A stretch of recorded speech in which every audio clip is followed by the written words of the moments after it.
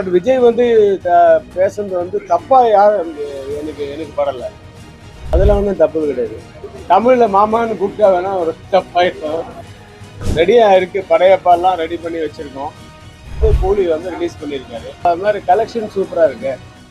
எந்த படத்தை பற்றி எந்த படத்துக்கு மிக்சட் ரிவ்யூ வரல, ரொம்ப கம்மி. இப்போல்லாம் மிக்சட் ரிவ்யூஸ் இல்லாமல் வர்ற படங்கள் வந்து ரொம்ப கம்மி. காரணம் வந்து எந்த காலத்துலையுமே, அந்த காலத்தில் நாட்டாமையே பிடிக்காதவங்களும் இருந்திருக்காங்க. ஆனால் அவங்கெல்லாம் பேசலை பப்ளிக்கில். இப்போ எல்லாரும் பேசுறதுனால நமக்கு அப்படி தெரியுது. ஆனால் நீங்கள் இப்போ அவர் வந்து கூலி வந்து ரிலீஸ் பண்ணியிருக்காரு. என்ன மிக்சட் ரிவ்யூ இருக்குதுன்றது அவருக்கும் ஒத்துக்கிறாரு. ஆனால் கலெக்ஷன் எப்படி இருக்குன்னு கேளுங்க. அவர் கலெக்ஷன் தானே மெயின். கலெக்ஷன் வந்தாவே அது வந்து பெரிய படம் இது. ஸோ அது மாதிரி கலெக்ஷன் சூப்பராக இருக்கு. முன்னதான் மிக்சட் ரிவ்யூ இருந்தாலும் ரிவ்யூஸ் ஒரு பக்கம் இருந்தாலும் அது கொஞ்சம் தான் பாதிக்கும். அதை மீறி ஜனங்கள் உள்ளே வந்துட்டாங்கன்னா மவுத் ஸ்டாக் வச்சு தான் ஒரு படம் வந்து பெரிய வெற்றி அடைகிறதோ, சுமாரான வெற்றி அடைகிறதோ, தோல்வி அடைகிறதோ எல்லாமே காரணம் வந்து மக்களுடைய வாய்மொழி ரிவ்யூஸ் தான்.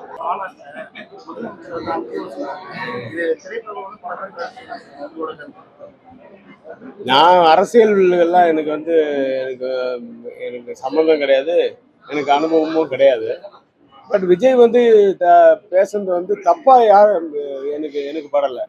ஏன்னா அவர் வந்து நிஜமாவே நேரில் பார்க்கும்போது குட் மார்னிங் அங்கிள், வணக்கம் அங்கிள், எப்படி இருக்கீங்க அங்கிள் தான் சொல்லுவார்.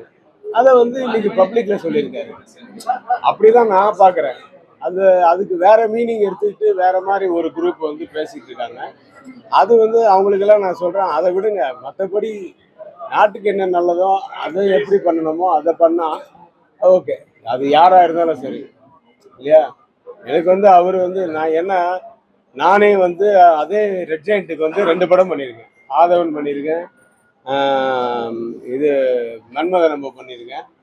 அந்த டயத்துலலாம் வந்து ஸ்டாலின் சார் வந்து அப்போ டெப்யூட்டி சிஎம்மாக இருந்தார். அவர் வந்து படம் பார்ப்பாரு. நான் நிறைய தடவை மீட் பண்ணியிருக்கேன். அவங்க வீட்டுக்கு நிறைய தடவை போயிருக்கேன். நானே வணக்கம் அங்கிள் தான் சொல்லுவேன், ஆண்டி எப்படி இருக்கீங்கன்னு தான் சொல்லுவாங்க அவங்கள. அது வந்து தப்பான வார்த்தையே கிடையாது. அது வந்து தப்பான வார்த்தை கிடையாது. அவர் வந்து கொஞ்சம் கமர்ஷியலைஸ் பண்ணி அது பேசுறதுக்கு. ஏன்னா அவங்களோட ஆடியன்ஸ் இருக்காங்க அங்கே. ஃபுல்லாக ஜனங்க பூரா அவருடைய ஆடியன்ஸ், அவருடைய கூட்டம். அந்த கூட்டத்தை ஜாலி பண்ணுறதுக்காக அப்படி பேசியிருக்கலாம். அப்படி பேசுனதா தான் நான் நினைக்கிறேன். அவர் வந்து தப்பாக ஒருத்தருக்கு குறை சொல்லணும்னு, அது குறை சொல்கிற வார்த்தையே கிடையாது. இப்போ நான் இவர் அங்கிள் தான் கூப்பிடுவேன், பாபு அங்கிள் அப்படி தான் கூப்பிடுவேன். அது என்ன தப்பு இருக்கு? அதெல்லாம் ஒன்றும் தப்பு கிடையாது. தமிழில் மாமான்னு கூப்பிட்டா வேணா ஒரு தப்பாயிடும்.